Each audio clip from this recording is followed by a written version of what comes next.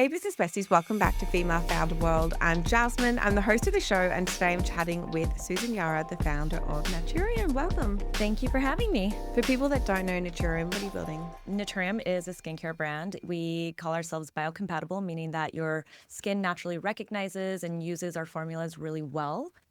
They tend to be very comfortable for your skin also. We say we're clinically effective, meaning that we actually do look at ingredients that have lots of data behind them, not just trendy ingredients, but then we also run our own clinical tests as well on our products to make sure that you see what kind of experience you should expect from the products when you buy them. And then we're also accessibly priced, meaning that we don't feel like you need to spend a ton of money to get really good products that are effective and that are going to be an elegant experience. We want you to be able to use your products consistently so you can actually see real change with your skin. And we were messaging, trying to find a time to chat with each other when I was in the US like 2 days ago. And you said, oh, I'm actually flying to Australia. And I said, I'm going to be in Australia next week. So let's chat Fun now. how it works out like this. Yeah. It is funny how it works out like this. So you've just launched in Sephora in Australia. That's Yes. why we're able to be together in person in Sydney today, which is amazing. I want to call out a few like milestones that the business has hit. So after 3 years, sold for 355 million to e.l.f. Cosmetics. Incredible. We're going to talk about that journey. After launching in Target, you became one of Target's fastest growing skincare brands. You yourself are a beauty influencer and blogger. You built up, I think, like more than 2 million followers across your channels. We're going to talk about all of these things, but let's go back to kind of your origin story and how you first started.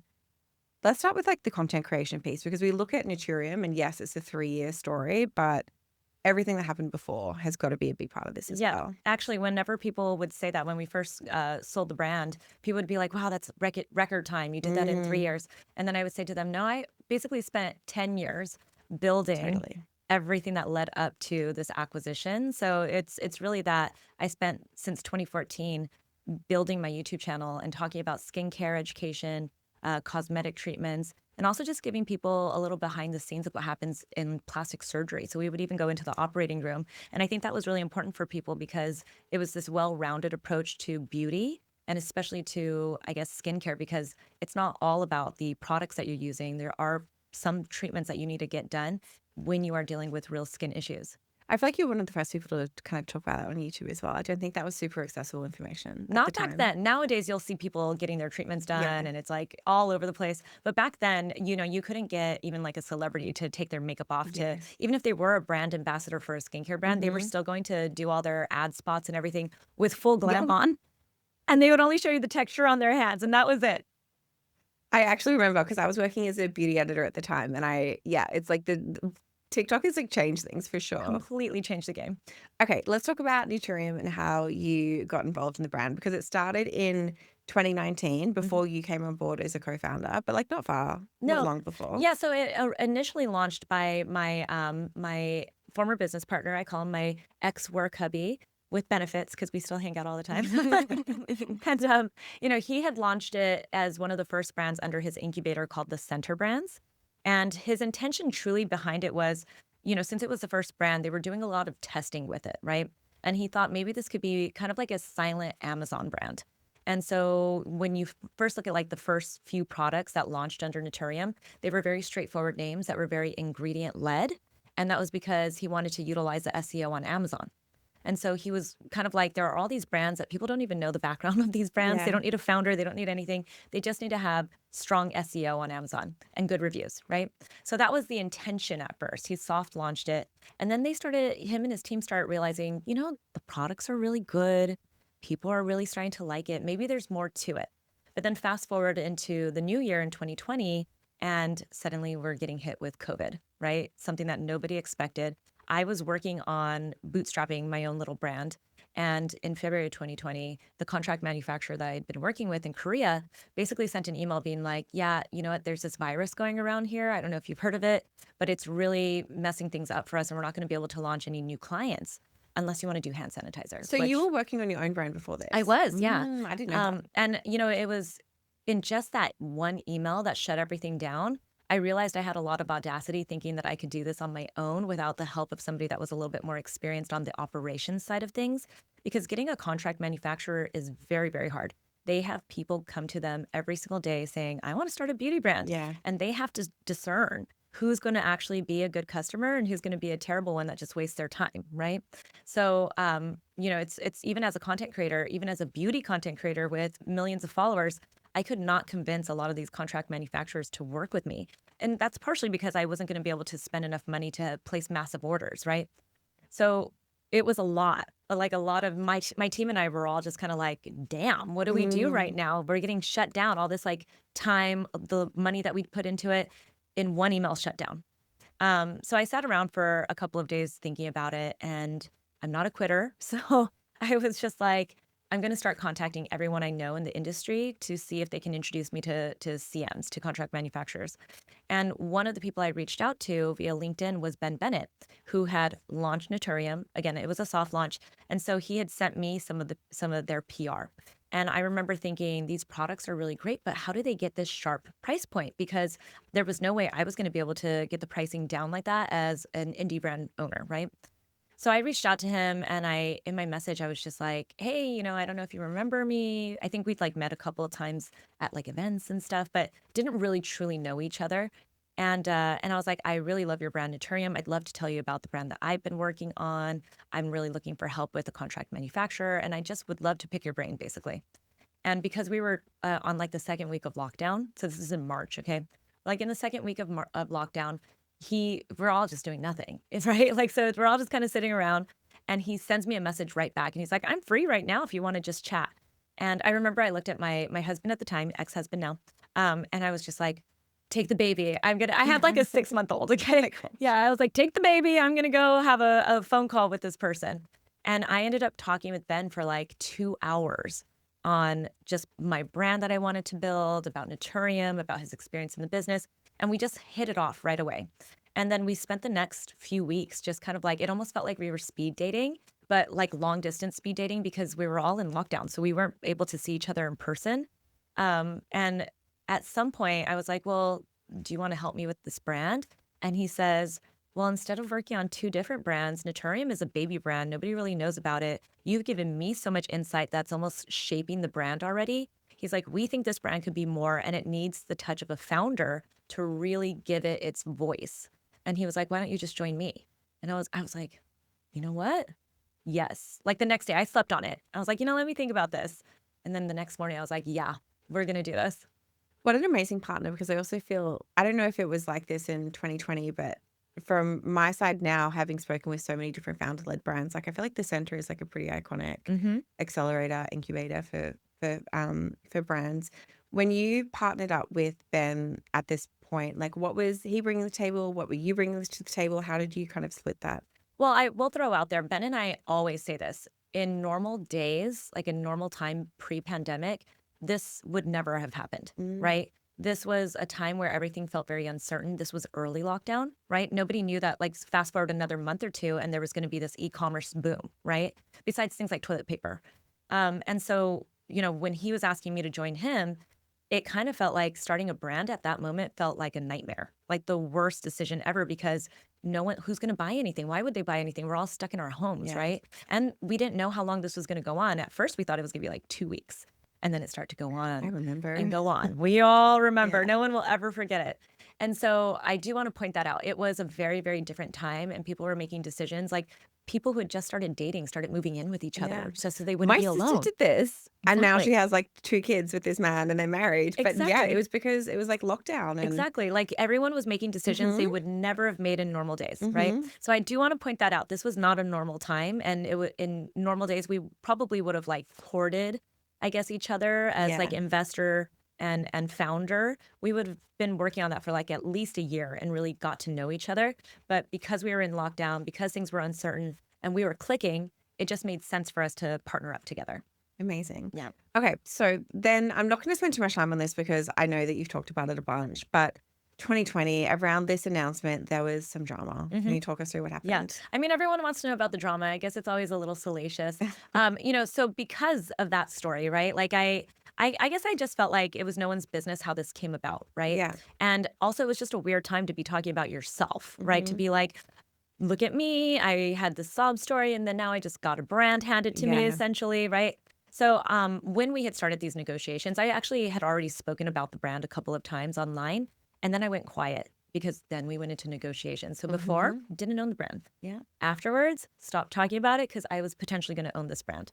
And so, the thing that came about though was it was a very specific post. Okay, everybody at that point, if you were a celebrity, if you're an influencer, anybody online or public, if you just were online at all, I felt like there were always going to be people at that very moment who wanted to find some kind of dirt on you, right? Yeah. Like anything you said or did just made you a target, Yeah. right?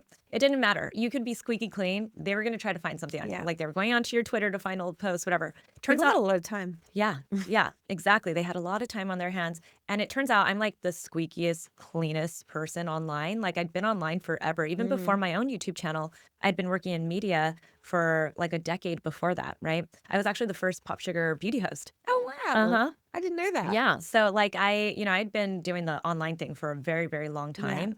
And I was squeaky clean, Yeah. right? So I think that You're like, "I know almost how this works." yeah, exactly. And so I think that, like it was frustrating to some of these people trying to find anything on me. Mm. Then one day there was this challenge happening on social media where it was called the Pull Up or Shut Up Challenge.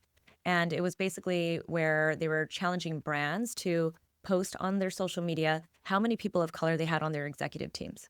So I remember getting a text message from Ben, and we were like this close to finalizing our deal of me becoming his co founder, right? And so he was like, We basically have this all worked out verbally. We're just waiting for the final contract to come in. So we should respond to some of these DMs that we're Yeah. getting and just say, like, we're a brand new brand. The founders are not white. Like, Mhm. we believe in diversity and inclusivity, and that will be a big part of our brand forever. Yeah. And I was like, that's a great idea. Go ahead and post it. So he posts something really ambiguous because I have not signed my contract yet, but he wants to make sure there's something out there. So it's basically like the two founders are Asian for him, Asian Hispanic for me, and then, the ethnicities of his few employees at the time. And I remember that post went up and I was like, I texted him. I'm like, there really aren't that many Asian Mm. Hispanic people in the skincare industry.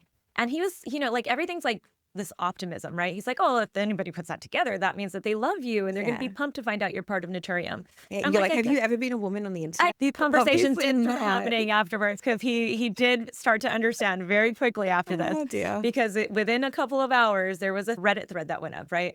And it was conspiracy theories. Susan Yara is the owner of Naturium and she's been lying to everybody since she posted about it. I Oh. know.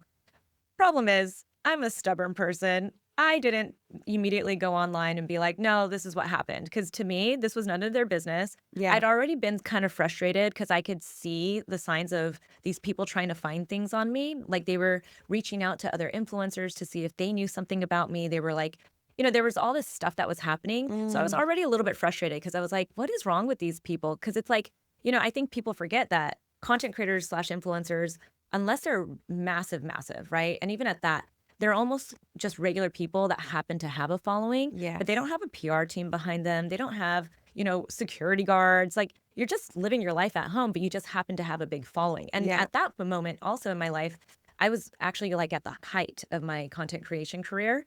And we're in lockdown. So, like, while all this popularity is happening around my YouTube channel, I'm in lockdown. So, of course, I've never like thought to get a PR team behind me and do all this Yes. stuff, right? This is all kind of fresh. Even though I'd had my YouTube channel for a while, this was like the height. Mm. And you kind of don't even notice it, to be honest. Like it's like you almost wake up overnight one day and you're like, oh my gosh, there are a lot of Mhm. people that are following right now and like really listening to what you have to say. So I think people at home forget this, right? And so, I'd been like seeing all of this weird chatter online and stuff about me, and I was already just frustrated. And because I'm a stubborn person, I just didn't handle it well. And so, if anything, I would like talk to Ben about it and stuff, and he'd be like, just leave it. Again, doesn't understand being a woman online. Just let it be. This is a big moment for Yeah. you. You need to like get your hands on the brand and really start to work on it. And just put your head down and like focus on the brand. This is your Mhm. job now. And he's like, when we do press, you'll get a chance to really give the story behind it and everything, and how we met and all of it. Like we'll explain everything when it's time. Yeah. But that this Reddit post goes up, and we're like, okay, should we do something about it? And we can see the chatter is starting to go up a lot more. And Ben's like, you know what? Just announce it. Let's just do it.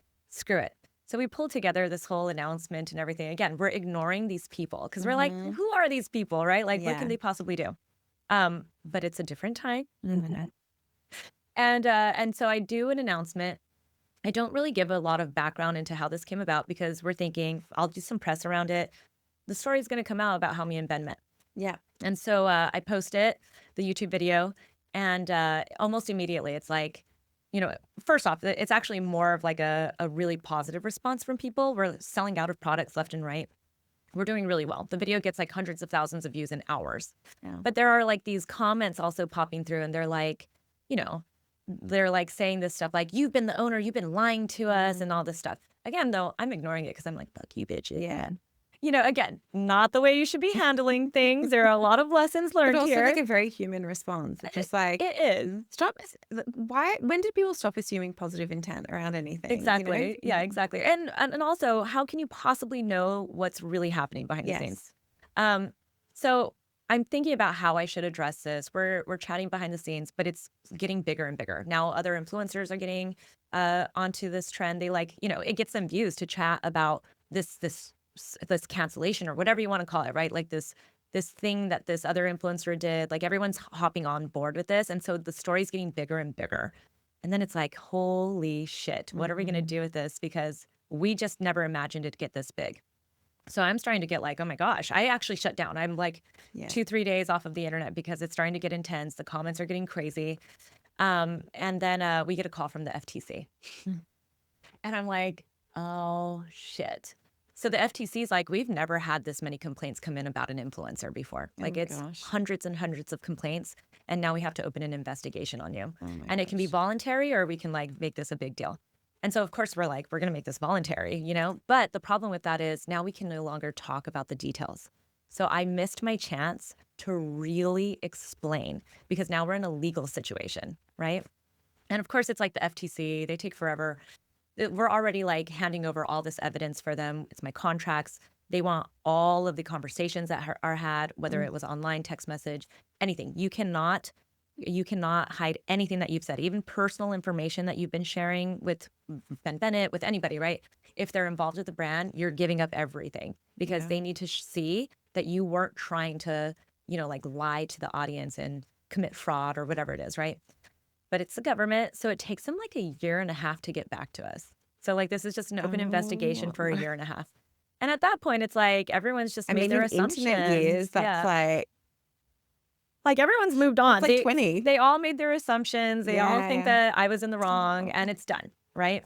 And so by the time this is all figured out and the FTC comes back and they're like, "Yeah, you're right. There's nothing to see here. We're moving on." Like that's all. That's truly I got an email one day from our attorney and they're like, it was a forwarded email just saying Oh like, my "Yeah, you guys are right. We're goodness. we're just going to close this down. Thank you." Yeah. Like that was it. For like something that felt like a very big moment for Yeah, I'm me, sure. But the best thing about the whole situation was that, Ben as my investor could have seen all of this drama and shut down. He could have been like, Mm. "Absolutely not. This is too risky for us to take a chance on you. We're going to have to call it quits with you as a business partner."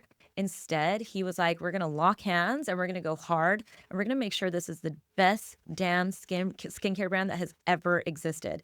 And that to me was the sign of just such a positive person to be your business partner. Yeah. It was like we barely knew each other, but we're going to get each other's backs and we're going to go Mm. hard. So that was and the other lesson I learned from that and it's really been a big factor in how I've kept going is that when I came back online, I looked at all the comments and I was like, wow, you know what? I'm really focusing on these people who are being negative. And yes, some of them might be my followers, but the majority don't even know who I No. am. Who are these people? Yes. So Right. true. And they're saying crazy things, those people, right? Like Yeah. they're saying things that are like almost like death threats. Like they're Mm. they're saying you should be dying, not the people getting COVID. You should have your Oh children my taken away. gosh. And it's just such an extreme for what you're being, accused of.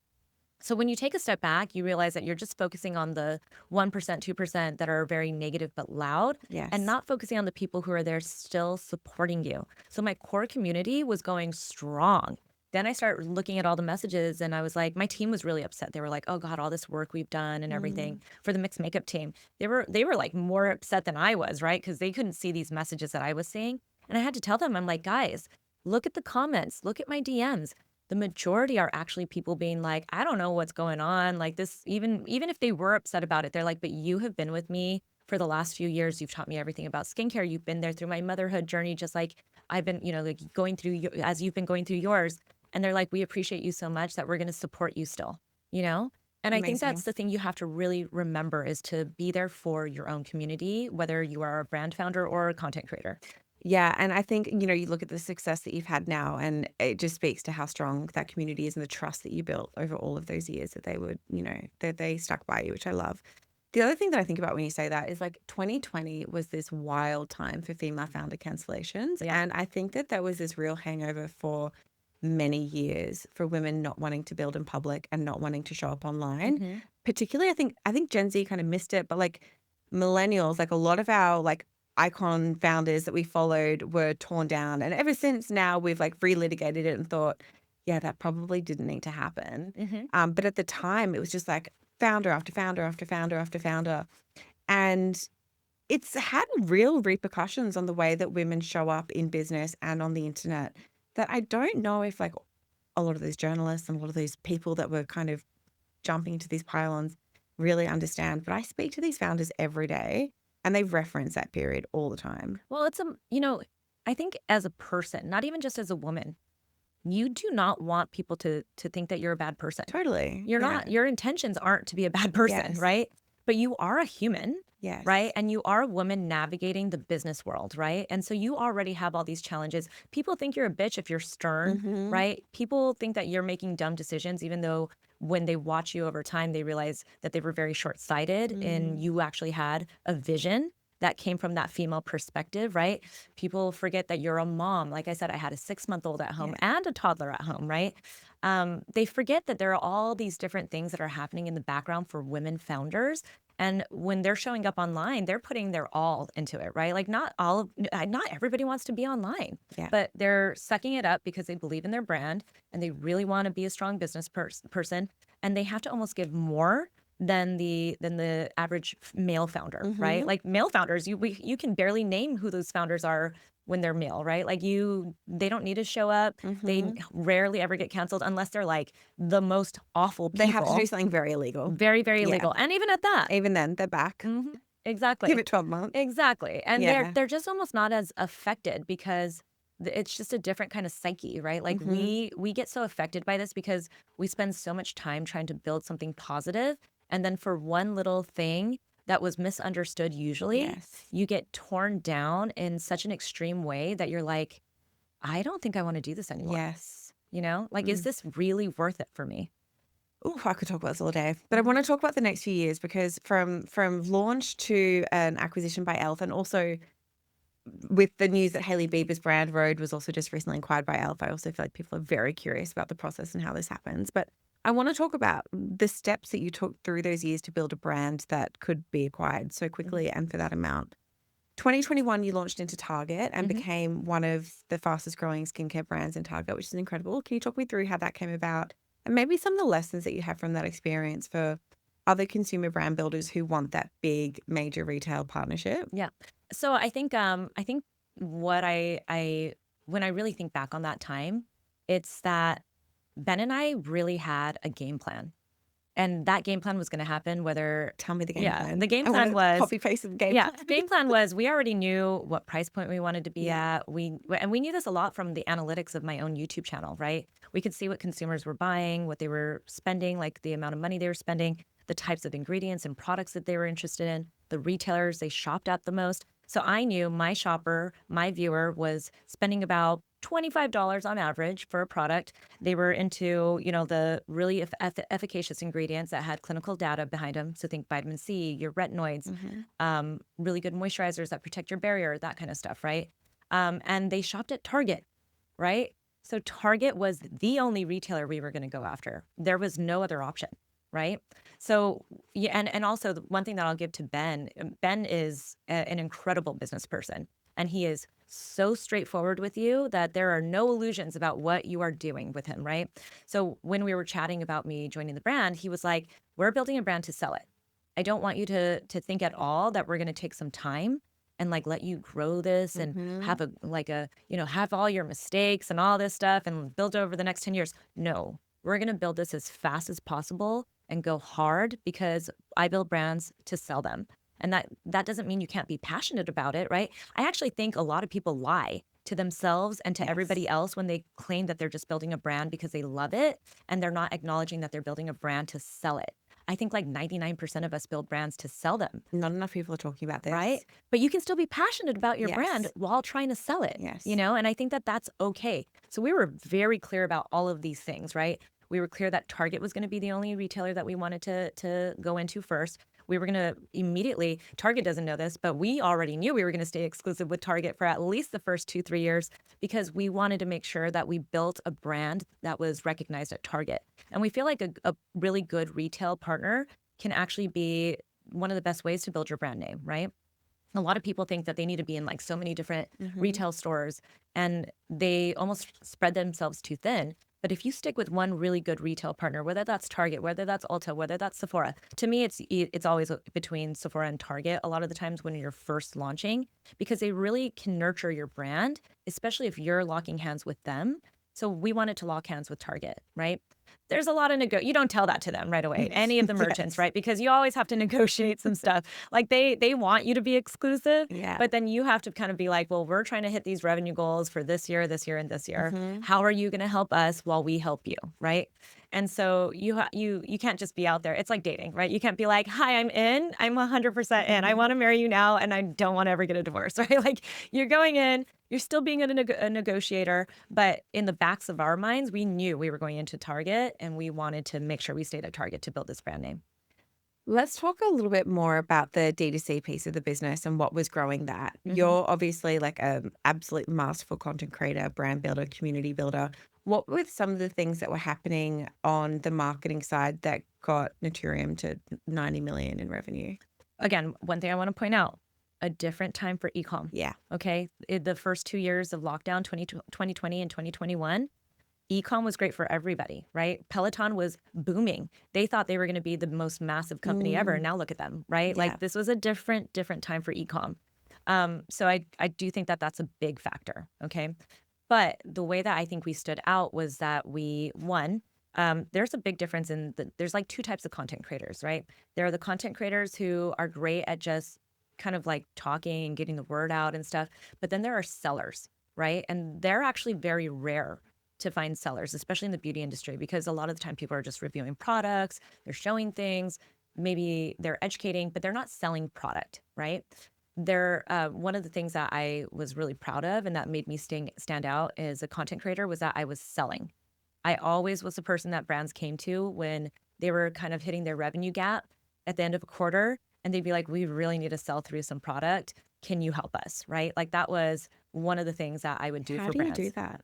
I think it's part of the education, right? Yeah. Building that trust. I would never take on a brand or a sponsorship that I didn't actually believe in. And a lot of the time, I ended up having long-term partnerships because I was so into this brand or into this product that my viewers knew it. And they would buy this product, they would try it, and they would know that it was going to be a good product. Yeah. So I think, early into your content creation game, you have to make sure that you're being really authentic and really being a trustworthy person Mhm. because otherwise you're going to actually shoot yourself in the foot and you'll never sell anything because you start to see. I remember like the first couple sponsorships I took really early on, I was like so on them, but I was like, we need sponsorships, right?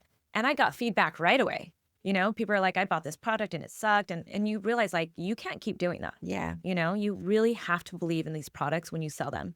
So that was a big part for me was that I knew how to sell and people really did trust that, right? So we carried that over into Naturium, not in just my videos, right? I was always educating and doing that and trying to sell product, but I was always bringing on people who I could identify as seller, right? Like I could see somebody online even if they were small and I knew they could be a seller.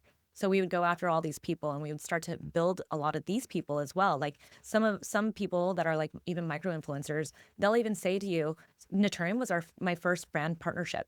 Like no brands had ever acknowledged me, never even sent me PR. And that was because I was constantly online. I mean, again, different time. Like we're in Yeah. lockdown, everyone's chronically online at that point, and I was just identifying the sellers.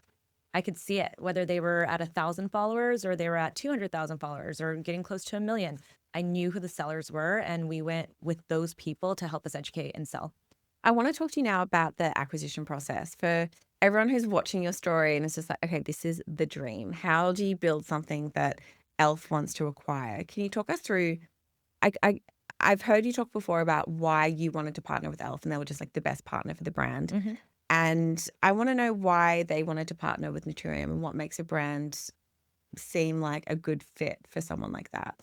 Okay, well, I do want to throw out there again about like being so like the word manifesting is kind of a funny word to me because it can be a little bit like, a little bit like hokey, right? Yeah. But there is a little something to be said about you believing, and it's not even believing, you already knowing what's going to happen, Yeah. right? Like again, Ben and I were very clear about our intentions and how we were going to build this brand, who our retail partner was going to be, when we wanted to sell it, what revenue we needed to hit. We were doing all these things, and this was a daily basis. Ben had this really great um, uh, uh, thing that he would do. It was like a little game that he would play with all of the executives every single day.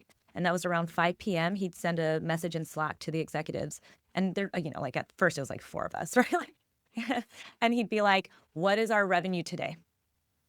Guess our daily revenue before we see it at midnight. So we'd have to have our answers in before 6 p.m. That way we could get into this habit of just knowing what is Mm. our daily revenue, what are we going to be hitting, what trends are we seeing in the sales today that make us believe we're going to hit this revenue. If we had a sale, then we had to like think about other aspects of this. If we launched a new product, what was that product going to do for our revenue that day? So it was a really good exercise to just get into, right? Like you're training your brain to just know, right? And I think that like when you know your strategy, what you're trying to accomplish, and you're seeing it as your actual, it's not even your future. This is just what you're doing, right? You're already knowing that this is going to happen. Like it has to happen. Your brain can't function without it knowing it's going to happen, Mhm. right? So we were always just very, very clear. And probably a year before we sold Naturium to Elf, I actually sent a text to Ben and I said, we're going to be sold to Elf. And he sends me a text back and he's like, why do you say that? And I was like, I just know. And he says, do you know something that I don't know? Like, what's going on here? And I was like, trust me. I'm like looking at all the trends. I'm looking at what they're doing. I'm Yeah. looking at what all the strategics are doing. And we're going to sell to Elf. Wow. And I tell that to Turing all the time, the CEO of Wow. Elf. I'm like, just a reminder, I knew you guys were going to acquire us. The funny thing about that is when you fast forward, going back to acquisition, okay?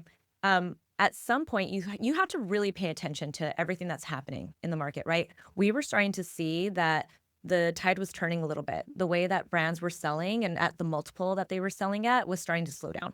And a lot of the indie brands had spent so much time on marketing and overdoing their budget and not showing either a path to profitability or weren't profitable at all. And there was just no sign of profits, right? They were just going hard on marketing and Mhm. growing the name of the brand. And that was working for a while, but it's almost like the equivalent of like back in the day, there was like all these kinds of sales happening with brands and stuff, a lot of the tech brands and everything. And then that busted, right? Yes. And it's kind of the same thing in beauty and a lot of these other CPG brands, right? There was this trend of just going hard on growing the name and not really showing this profitability. And that stopped, right? And the good news was we were such a young brand that we could put a halt to that Mm. and make sure that we focused on being profitable. And that was a very, very important key because right about like a year before we sold, um, no brands were being acquired if they didn't have that. If they had no profit, no path to profitability, they weren't going to sell. And we saw a lot of brands suddenly just stall. They were like out to market, but they were not selling. And so that was really important for us because we were able to pivot a little bit with our business plan and really make sure that we were showing these profits. What happens the day after you sign that deal? I mean, it's still kind of surreal because, right, like it's not like you just get hit in your Yeah. bank account with a ton of Yeah. money. Like the company gets the bank, Yeah. it gets hit with the bank, but then you have to sit there and do all this legal stuff and tax stuff. So you don't even get the money for like, I don't know, like a month or something like that, right? But even before that, because we sold to a publicly traded company, they had to announce the deal months before the deal was going to finalize, right? And there were still a lot of legal things that had to happen before the deal closed. So you get it announced that your brand is getting acquired and everyone's like, you know, congratulating you and doing all these things. And then you still have like 3, 4, 5 months before you even see any money, right? Like it's still the same exact thing. It's almost like you're in purgatory. But once you get the money, you're kind of like, wow, like you've never Mm, seen this much money in your own bank account before. At least I hadn't, yeah. right? And you're just kind of like it's a little surreal, right? And you start. I think for me, I didn't really get comfortable with the idea of spending money. Um, as a person like with money, right? Like it Yeah. didn't feel like I had money. I just was like in hustle mode still. Yeah. I was kind of like in survivor mode, right? Like you always have to like make sure you're making good decisions with your money and doing all these things. So it actually took me a good year to really start to enjoy having some money. Yeah. I've heard you talk on other podcasts before about, you're not someone who like grew up with a lot of money and you were Mhm. able to take that and like retire your parents and Yep. do all these amazing things, which Yep. is so incredible. Yeah, and those are like the first things that you do. It's funny. It's like again, as like a person who didn't grow up with money, who didn't know how to manage money, I Mm, think one of the first things I did was find a really good portfolio manager and somebody who could advise me without making me feel stupid, yeah. right? And so I had started working with my portfolio manager, David, probably like 6, 7 months before the brand got acquired. He was smart. He had some foresight, right? He was like, this brand is onto something. This girl's Mm-hmm. onto something. So he took me on when I didn't have that much money.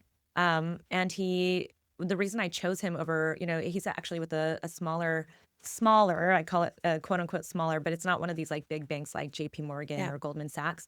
I went with him because he was the first person to really talk to me about money in a way that just made sense to me and didn't make me feel stupid, Mm, right? Because I had some questions about things. Like you don't naturally know that like, you can just take out a loan against your own, like a margin loan, right? Against your own money. You don't ever have to spend your own cash. You can keep investing it while you're actually investing into other things like real estate or, starting something else or whatever it is that you want to do. Wealthy people don't spend their own money, yeah. right? Like it's a crazy thought. It's there's so much around this that I feel like is truly gate kept and is information that is so hard to find because it's just not necessarily publicly available on Hmm. Google. And it's like when you get to a certain point and you start having access to these people who can give you this advice, it actually just allows you to accumulate more wealth even more quickly. Hmm. Was there anything else that you learned through this process about your like personal wealth and Yeah, I mean, even like tax things, right? Like if I were to sell another brand in the future, I'd be so much more prepared tax wise, right? right? Like,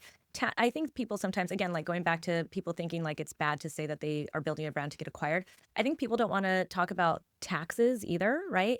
And it's just something that's not natural. If you're a person who's making like $1 million a year, it sounds like a lot to the average person. But when you're living in a place like California, you're getting hit with so many Yeah. taxes and it almost makes you feel like, why am I working so hard to make this amount of money? Because now I have to spend so much money to give back to the government. And it's like, it's a little disheartening, right? Like it really kind of slows you down. And when you're going through an acquisition process and you're going to deal with lots more money, you don't know that there are all these steps that you could have taken to try to get your taxes down. I mean, I think that the tax code is made for business owners, right? Like it's something that you should be utilizing as long as you're doing it legally and in the right way. But it's again, it's not natural, right? So going back to David, he was actually really helpful. He looked at all my contracts with the center and how I was going to be paid out and everything. And he actually, because he had been an accountant before he was a portfolio manager, he was really, really good about looking at everything, all my paperwork. And he was like, can we make some changes? He talked to Ben at the center and stuff. Because it's not like Ben wants me to be Yeah. more in taxes either, right? Yeah. He doesn't care how much tax Yeah, you pay. exactly. So he talked to Ben, and we actually, before the acquisition, were able to update some of my contracts so that I didn't get hit with such massive taxes. Mm, Still got hit with some massive I'm taxes. sure. It's really heartbreaking to hand over the I'm amount of money sure. that I've handed over. But at the end of the day, you end up with, a lifestyle and a life, I guess, where you don't have to worry so much. And you can do things like retire your parents and Yeah. make sure that, your family isn't going to have to suffer or you can send your kids to the schools that you want to. And if something were to happen, God forbid, to anybody that you love and they get sick, you'll be able to take care of them. Mm, And I think that's probably the best thing that happens. And then the second best thing when it comes to my own like selfishness, right? Is that I've been able to really focus on my own wellness and my own mm. health, right? And focus on myself in general. I work out with a personal trainer regularly. I get to work with a medical concierge who like looks at my labs all the time, so I can keep track of like my hormones and know if I need it eventually, like some hormone replacement therapy. And so it's a very privileged place to be. And I think that it's just so nice to be able to actually not feel so worried. Thank you so much for sharing that. I think that's going to be such an expansive story for so many people to hear you, like you've built that life for yourself and what it means in an actual like day-to-day terms, and like you're able to do the things that are important to you, and that also just like make you feel more fulfilled as well. You have to do that. You have to Yeah. do that. The last thing I want to ask you, Susan, is for a resource recommendation, something that you think other people who are building should go and try. A personality test that Okay. the center brands use, is called the culture. It's called Culture Index, Yep. and it's kind of like these Myers Briggs ones and like all that. But I think it's a lot more detailed, and a lot of people think that this is like something that you don't need to utilize because like what does a personality test really tell you? But this Mm-hmm. one is really good because the way we would utilize it is we would first look at, okay, who's the manager, I guess, of this department that we're hiring under, right? What is that person's culture index score? What kind of personality do they have? My personality was that I'm a rainmaker. So we knew that if you build a team around me, I'm going to make it rain, right? But I need the Mm. team that supports me, that Yep. can really help me run this business, right? And so there's all these other different personalities, right? Like there's some personalities that can't deal with someone like me or something, right? And if they're the manager of this team, you can't hire somebody, even if they have the most incredible resume and experience, you can't hire somebody who has a personality that's not going to jive with them. And so it's really looking at it more like, how do you put your teams together so that they can actually thrive together and not actually bunk heads with each other, right? Because I think sometimes that's the biggest issue is you need to be able to work with people who are going to complement you. And a lot of companies, I guess, when they're hiring, they're not really looking at that. They're looking at someone's experience and how much they like a person. Yeah. I could love you, and then we Mm-hmm. take this culture index test and find out we're never going to work well together, Mm-hmm. right? So I could love you as a person, I could love you as a friend, but in a work situation, we would be awful, right? And so it's really good to know this because it can save you from hiring somebody that just wasn't going to be a good fit for that culture. Thank you so much for that recommendation. That's such a good one. I'm going to put the link in the show notes as well so everyone can go and check that out. But Susan, thank you so much for coming on Female Founder World for your story. It's so inspiring. I know that the community is going to get a lot out of it. I hope so. Thank you so much for having me. I just wanted to end the show with a quick shout out to all of our paid Business Bestie subscribers. For $12.99 a month, you get access to a weekly live call with mentors who we handpick from this podcast community. These are founders who have been on the show, experts and operators that are helping to build their businesses. And we want to give you access in a small group setting on live calls every single week so that you can get the mentorship and advice that you need to take your business to the next level. In addition to the live calls and the community, you also get access to a big database of workshop recordings, group coaching call recordings, templates, contact lists, and just all of the tools and resources that you need to make this business a success. Head to bestie.femalefounderworld.com or the link in the show notes to sign up now.